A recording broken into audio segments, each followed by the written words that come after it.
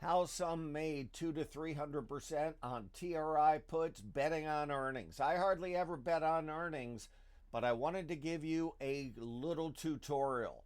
So, number one, everybody and their mother always buys calls on Robinhood. All they know how to do is buy calls, but the smart people buy puts if they think they know something. So, the key in there is to interpret it into earnings.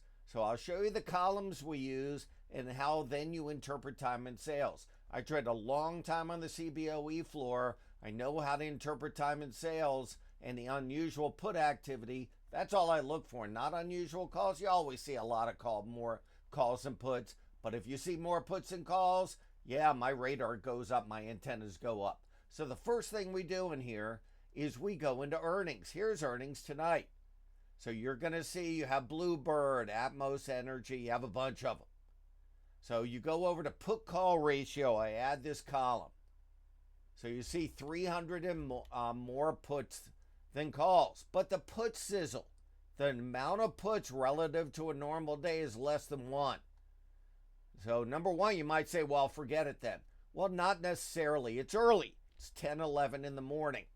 The most important put activity is near the end of the day. That's when people throw in the orders. Usually it starts about 1 o'clock. That's what I work with TRI. So you look at the put call ratio and the put sizzle. Yesterday, the put call ratio was gigantic in TRI and the put sizzle. So I'll show you what we're talking about. Number one, you had TRI do this. Look at the open interest. 1,700. Look at the open interest on calls. There isn't any. Number two in here, yesterday, this had like 1,700 calls, puts trade versus hardly any open interest. That to me means opening trades. Now you might say, how do you know they weren't sells? That's a great question. Because yesterday, and I showed this as it happened, I'll actually show you the image. It's exciting. This is what I showed on StockTwits and in our room. 1,500 call puts. Look at the open interest, 33. See on how they're bid 220, offer 250? Well, if you look blindly at time and sales, you'd see a lot of reds. A red means a sell.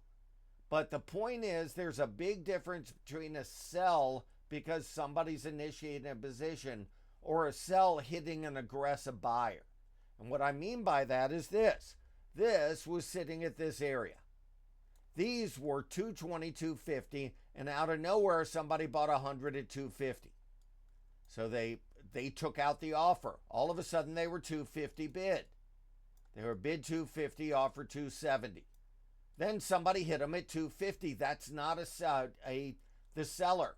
That's the aggressive buyer getting filled on some of the puts. This happened for hours, where they were at 250 bid, and they kept hitting the bid, and they stayed bid. Keep in mind, think about the floor. If I went in and I said, I'm a 250 bid, and they're like, sell you 100, and I'm like, I'm 250 bid going out, buy them. Just buy them. So somebody else says, okay, I'll sell them at 250, and somebody changes the market to 220, 250. I'm like, keep the bid up there. I'm still buying them. So that's how it looks like a sell, but the aggressive buyer is still there. So, and what happened today? The stock's down 15 points. So it worked. I'll look for more of them today. I'll try to post graphics on StockTwits, and especially in our room, I'll try to show specific option trades. Take care.